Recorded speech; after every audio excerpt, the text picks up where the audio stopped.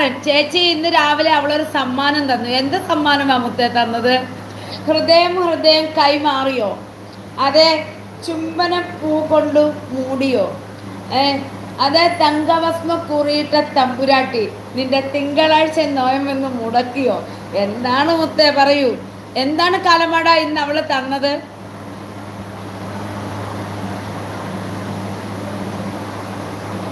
അതെ ഇങ്ങനെ പാടിയോ?